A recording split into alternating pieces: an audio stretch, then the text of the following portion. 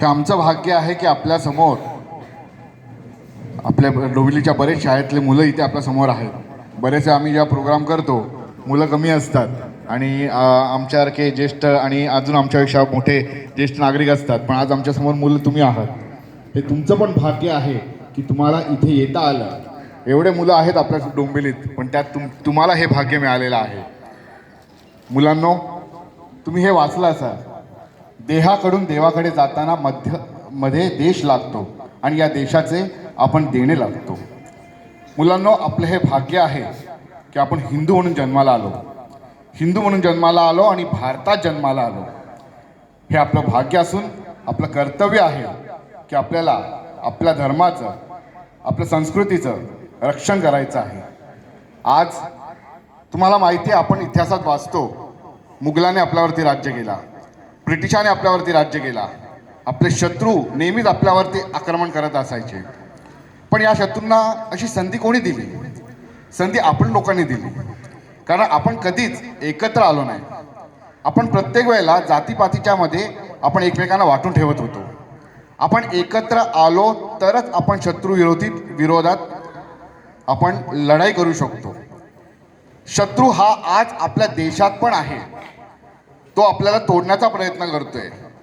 तर सावरकरांनी जो मांडलेला विचार आहे की तुम्ही जातीपातीच्या या भांगडीत पडू नये आणि त्याच्या बाहेर येऊन स्वतःला हिंदू धर्माचा वारस मानून घ्या. तुम्ही सगळे हिंदू आहात. तुम्हाला जर कोणी विचारलं की तुम्ही कोण आहात, तुम्ही म्हणा हिंदू मराठी आहात, तुम्ही हिंदू गुजराती आहात, तुम्ही हिंदू मद्रासी आहात, कोणी असू दे. कारण तुमचं अस्तित्व, तुमची अस्मिता, तुमची ओळख हिंदू म्हणून आहे. त्यानंतर असू दे मराठी असू दे, त्यानंतर गुजराती असू दे, त्यानंतर कुठली भाषा असू दे, आणि त्याच्यावरती गर्व पण असू दे. पण हिंदू शिवाय तुमचं अस्तित्व होऊ शकत नाही, पण तुमचा मूळ हिंदू आहे. तर मी काही अटल बिहारी वाजपेयी याने सावरकरांबद्दल काही ओळी लिहिलेल्या आहेत. त्याच्यानंतर मी त्याच्यात माझे काही ओळी ॲड केलेल्या आहेत. मी त्यांच्यासारखा वक्ता नाही, त्यांच्यासारखा कवी नाही आणि सावरकरांबद्दल बोलण्यासारखी अशी लायकी पण नाही. पण तरी माझं जे मनोगत आहे मी इथे व्यक्त करतो. तर अटल बिहारी वाजपेयी म्हणतात, सावरकर माने तेज, सावरकर माने त्याग, सावरकर माने तप, सावरकर माने तत्व, सावरकर माने तर्क, सावरकर माने तारुण्य, सावरकर माने तीर, सावरकर माने तलवार, सावरकर माने तिलमिलाहट. त्याच्या ह्याच्या पुढे मी जरा माझं मनोगत सांगतो. सावरकर माने देशभक्ती, सावरकर माने युवा शक्ती, सावरकर माने दृढ निश्चय, सावरकर माने पराजित भय, सावरकर माने धर्मरक्षक, सावरकर माने मृत्युभक्षक, सावरकर माने केंद्रित ध्येय, सावरकर माने तिरस्कृत श्रेय, सावरकर माने तीव्र इच्छाशक्ती, सावरकर माने रणगंभीर युक्ती, सावरकर माने काव्य कला निपुण, सावरकर माने अनासक्ती का गुण.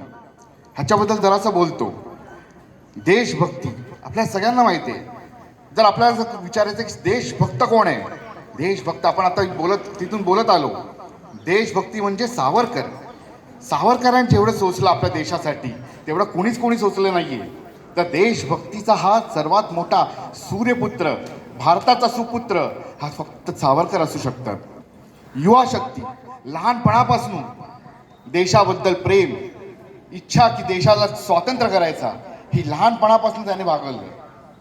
सावरकर लहान मुलगा असताना त्याने पूर्णपणे देशभक्तीसाठी, देशासाठी सर्व समर्पण केलेलं. युवा शक्ती, आपण जेव्हा लहान असतो, आपण जेव्हा युवा असतो, आपल्या मनात बरेच विचार असतात.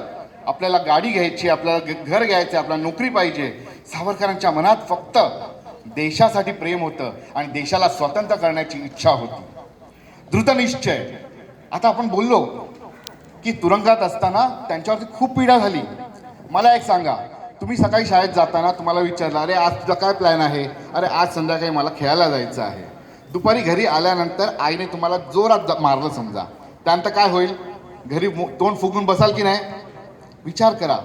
सावरकर हे वर्षानुवर्ष तुरुंगात असताना त्यांच्यावरती खूप पीडा झाली. कधीही एक क्षणभरही त्यांच्या मनातली जी निश्चय आहे की भारताला स्वतंत्र करायचं आहे, भारतीला स्वतंत्र करण्याची इच्छा आणि निश्चय त्यांच्या मनातला कधीच कमी झालेला नाही. एवढा मार खाऊन किती मारलं त्यांच्यावरती, किती पीडा चोचली ते तुम्हाला माहीत नसेल, तुम्ही वाचा त्याच्यावरती. म्हणून त्यांचा दृढ निश्चय आहे. पराजित भयाला पराजित करून टाकलं. त्यांच्या मनात भय नव्हतं. त्यांना रोज मारहाण होत होतं त्यांच्यावरती. कोहलीच्या बैलावरती ते तेल काढत होते, पण कधी भय त्यांच्या मनात आलं नाही. एवढं असून सुद्धा त्यांनी सांगितलं आहे 10,000 ओळ्या त्यांनी तिथे तुरुंगात बसून हातात काही नसताना, फक्त त्यांच्या हातात मला वाटते कीळ होती, त्याने ते लिहिलं तिथे. हे जमेल का आपल्याला? ह्याच्यासाठी दृढनिश्चय भयाला पराजित करण्याची गरज आहे. धर्मरक्षक सावरकरांनी तुरुंगात असतानाही आणि त्याच्यानंतरही नेहमी धर्मपालन केलं. अधर्माच्या विरोधात लढले, जातीपातीच्या विरोधात लढले, म्हणून ते धर्मरक्षक. मृत्यूभक्षक, मृत्यूलाही घाबरले नाही. आणि जेव्हा मृत्यू एवढा वेळ सोसल्यानंतर सुद्धा मृत्यू दरवेळा त्यांच्या दारात यायचे की आता घेऊन जातील. नाही, जमलंच नाही त्या मृत्यूला. शेवटी सावरकरांनी स्वतः देह त्याग केला, म्हणून ते मृत्यूभक्षक आहेत. केंद्रित ध्येय हे तुम्हाला खूप गरजेचं आहे. लहान मुलांनो, लक्षात ठेवा, तुम्हाला तुमचं ध्येय काय आहे. तुम्ही तुमच्या आयुष्यात, मी आता त्यांचं ध्येय म्हणत, त्यांचं ध्येय होतं स्वतंत्र भारत. तुमच्या आयुष्यात काय, जे काय तुम्ही कराल, आयुष्यात जे काय कराल, फक्त आणि फक्त देशाच्या हितासाठी करा. चुकीच्या मार्गावरती जाऊ नका. जे काय करता विचार करा, मी काय करतोय हे देशाच्या हितासाठी आहे का, समाजाच्या हितासाठी आहे का, माझ्या आजूबाजूच्या लोकांना त्रास होणार आहे का, एवढा फक्त विचार करा. बघा, आपला देश खूप सुंदर होईल. तिरस्कृत श्रेय ह्याचं कारण हे असं आहे की स्वातंत्र्य मिळाल्यानंतर सुद्धा गांधी आणि नेहरूने श्रेय घेतला की आम्ही घेऊन आलो स्वातंत्र्य. पण खरे स्वातंत्र्यवीर कोण होते? सावरकर होते. त्यांनी कधीच श्रेय नाही घेतला. त्यांनी कधीच बोंबलत बोलले नाही की मी माझ्यामुळे स्वातंत्र्य झाला. त्याने त्यांचं कर्म केलं, आयुष्यात आले, जन्म घेतला, 80 वर्षापर्यंत त्याने कर्म करून देशाला स्वातंत्र्य आणून दिलं. त्याबरोबर आपल्यासारख्या लोकांना प्रेरित केलं. हीच मोठी गोष्ट. तीव्र इच्छाशक्ती मनाला कधीच तोडू नये. एवढं होऊन सुद्धा नेहमीच मनात ठेवलेलं की भारताला स्वतंत्र करायचं. बाहेर आल्यानंतरही तेच काम केलं.